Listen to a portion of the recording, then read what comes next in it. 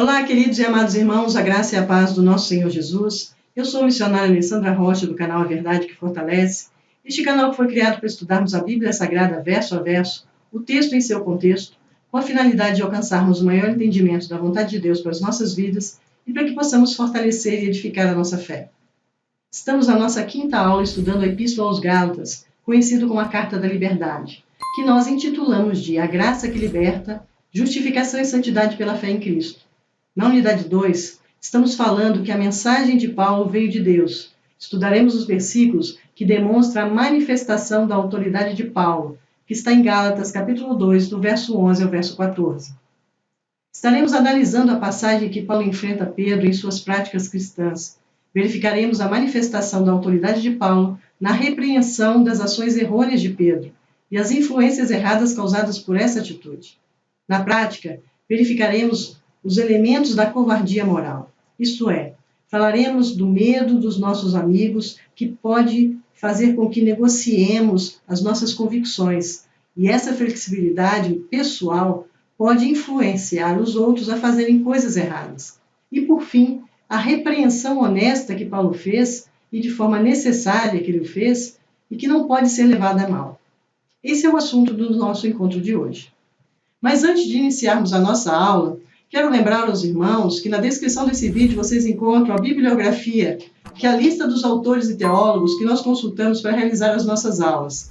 E também informar aos irmãos que perderam alguma aula, que vocês podem encontrar a lista de todas as aulas disponíveis no canal de uma forma rápida no YouTube, que é através da hashtag AVF Alessandra Rocha, tudo junto, entre aspas e em letra minúscula. E quero pedir a vocês que participe das nossas aulas, deixe seus comentários, dúvidas e sugestões e divulgue nosso canal para que juntos nós possamos evangelizar, transformar e fortalecer vidas com o estudo da Palavra de Deus. Vamos agora clamar ao nosso Senhor, que ilumine as nossas vidas, a fim de que possamos compreender a essência desse estudo e a nossa convicção a respeito do Evangelho seja fortalecido cada vez mais. Que assim seja, em nome de Jesus. Amém.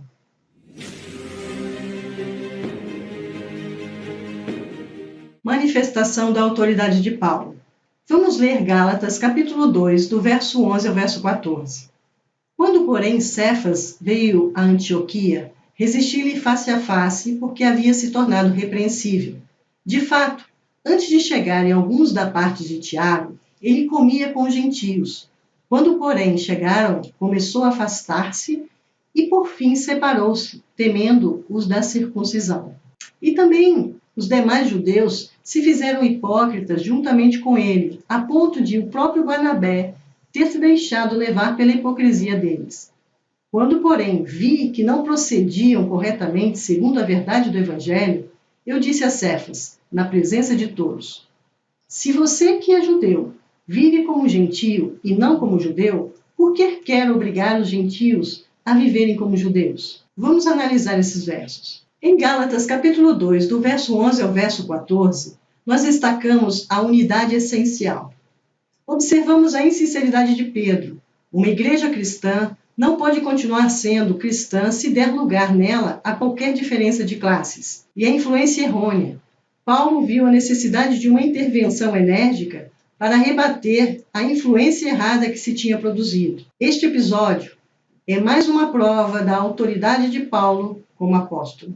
Essa é a terceira ocasião na qual Paulo entrou em contato com Pedro. A primeira vez ele simplesmente ficou conhecendo Pedro, passou alguns poucos dias com ele. Na segunda vez, descobriu a unidade e igualdade do evangelho que havia entre eles. Foi quando Paulo mostrou o evangelho que pregava aos gentios. E desta vez, Pedro visitou Paulo em Antioquia. Paulo foi levado a discordar de Pedro e a repreendê-lo publicamente. Este fato confirma o propósito de Paulo de demonstrar o seu apostolado independente e sua autoridade de apóstolo. Vimos aqui um confronto entre dois grandes líderes. Foi um episódio bastante desagradável, mas ao mesmo tempo foi de extrema importância para a igreja, já que, no meu entender, Paulo ganhou uma batalha a favor do evangelho pregado aos gentios. Se Paulo tivesse ficado calado, podemos acreditar que ainda hoje todo cristão seria obrigado a se circuncidar, a guardar a lei de Moisés e a seguir as regras alimentares e o calendário judaico. Pela graça de Deus, Paulo interveio corajosamente para reverter essa situação. Na igreja primitiva, uma parte da vida cristã era a comida em comum que chamavam de ágape, festa do amor.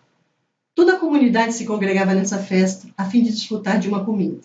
Para essa festa acontecer, todos contribuíam com o que tinham. Para muitos, como escravos, devia tratar-se de uma única comida decente na semana que desfrutavam, e de uma maneira muito especial assinalava o companheirismo e a participação comunitária dos cristãos.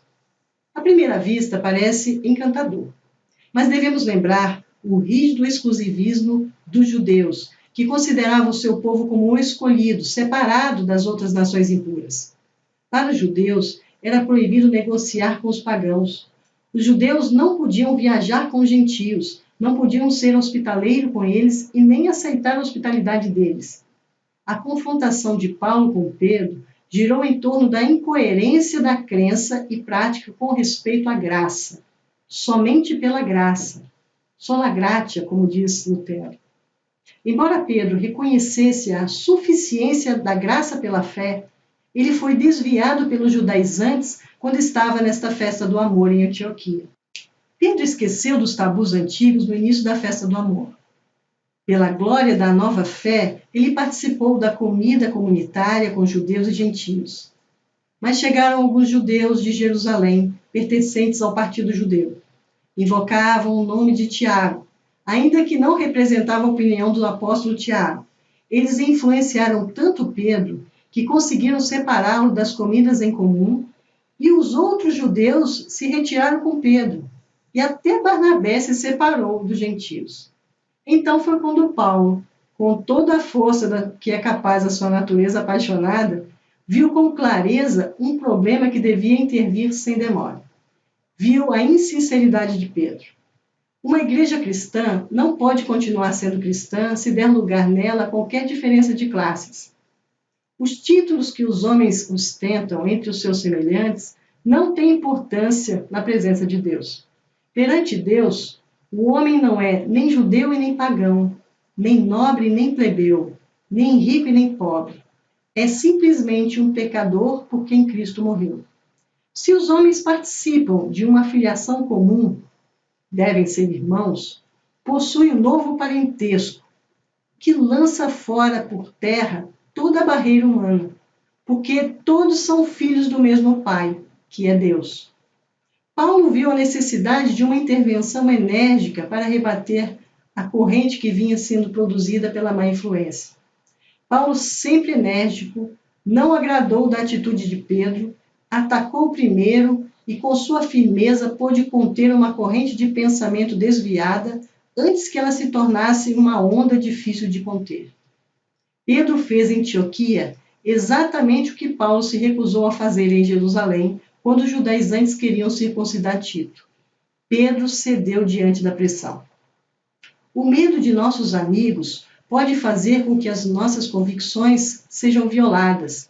Isso pode provocar aos nossos irmãos e amigos um comportamento errado e reprovador. Paulo não hesitou, nem por consideração ao que Pedro era. Se opôs a Pedro publicamente, não ocultou a desavença, confrontou Pedro, porque não estava tratando de um assunto superficial, mas como um ponto principal de toda a doutrina cristã. Paulo aí manifesta a sua autoridade. Observamos que a repreensão, quando ela é honesta e necessária, não deve ser levada à mão. Pedro não guardou o menor rancor de Paulo. Pedro não apenas recebeu humildemente aquela repreensão, mas também ao lembrar dela demonstrou amor, pois sabia que Paulo havia agido daquele modo também por amor, a ponto de se referir a Paulo como nosso amado irmão. Estou me referindo à carta de 2 Pedro, no capítulo 3, do verso 14 ao verso 16, que eu quero ler para vocês, que diz assim: Por essa razão, amados, esperando essas coisas, esforcem-se para que Deus os encontre sem mácula, sem culpa e em paz. E considerem a longanimidade do nosso Senhor como oportunidade de salvação, como também o nosso amado irmão Paulo escreveu a vocês, segundo a sabedoria que lhe foi dada. Ao falar a respeito desses assuntos, como de fato costumava fazer em todas as suas cartas. Nelas, há certas coisas difíceis de entender, que aqueles que não têm instrução e são instáveis deturparão, como também deturparão as demais escrituras, para a própria destruição deles. Sugiro a vocês que leiam todo o capítulo 3 para compreender a importância que Pedro deu à correção que recebeu de Paulo. Essa atitude de Paulo nos abre a oportunidade para uma reflexão importante. Como reagimos quando alguém nos repreende por algum erro que cometemos? Achamos que fomos injustiçados e humilhados? Ficamos indignados e levamos para o lado pessoal? Nós sabemos como é isso. Pedro realmente havia cometido um grave erro, mas o amor que demonstrou por Paulo evidencia o quanto valorizou ser corrigido. Aí eu me lembro de Provérbios, capítulo 12, no verso 1, que diz que o sábio ama a quem o corrige. Neste confronto, a intenção de Paulo, primeiramente, era defender o evangelho que pregava, mas também queria que a hipocrisia de Pedro fosse exposta. Para isso, foi preciso repreendê-lo publicamente. O líder era conhecido e altamente respeitado da igreja. Esta ação foi uma medida audaciosa, mas Paulo tinha certeza que a enormidade do erro se justificava. Agora, neste momento posterior ao fato, ele deveria recomendar o acontecimento como prova de que possuía autoridade divina para o evangelho que pregava aos gentios. Aqui nós encerramos a análise dos nossos versículos de hoje e passamos agora às nossas considerações finais. Extraímos algumas lições destes textos. Grandes homens de Deus erram.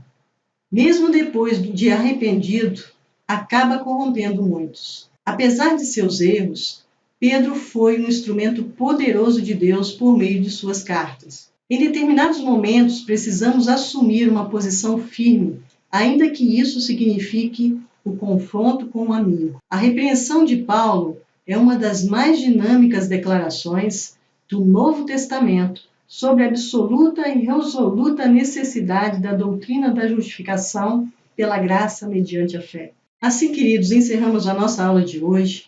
Vamos orar agradecendo ao Senhor para que possa nos ajudar a firmar na verdade, fortalecer a nossa fé na graça de Deus, desfrutar toda a liberdade em Cristo Jesus, buscando a santidade e o cumprimento de seus ensinamentos em amor e gratidão. Vamos orar. Senhor, maravilhoso Deus, glorioso Pai, diante das tuas faces, Senhor, colocamos o nosso coração. Ajuda-nos, ó Pai, a viver em retidão com o Evangelho, a liberdade que o Senhor Jesus conquistou na cruz do Calvário por nós. Que nós possamos viver em sinceridade, Senhor, sem fazer acepção de pessoas no nosso meio. Somos todos dependentes de Ti, instrumentos para a glória do Teu nome, necessitados da Tua graça para nos santificar dia após dia. Ajuda-nos, ó Pai. Em nome de Jesus, nós já Te agradecemos. Amém. Amém, amados? Então, aqui nós nos despedimos, agradecendo a vocês por estarem conosco em mais uma aula de Gálatas e reconhecendo o favor de Deus pela liberdade e oportunidade de estudarmos a palavra de Deus, que é a verdade que nos fortalece.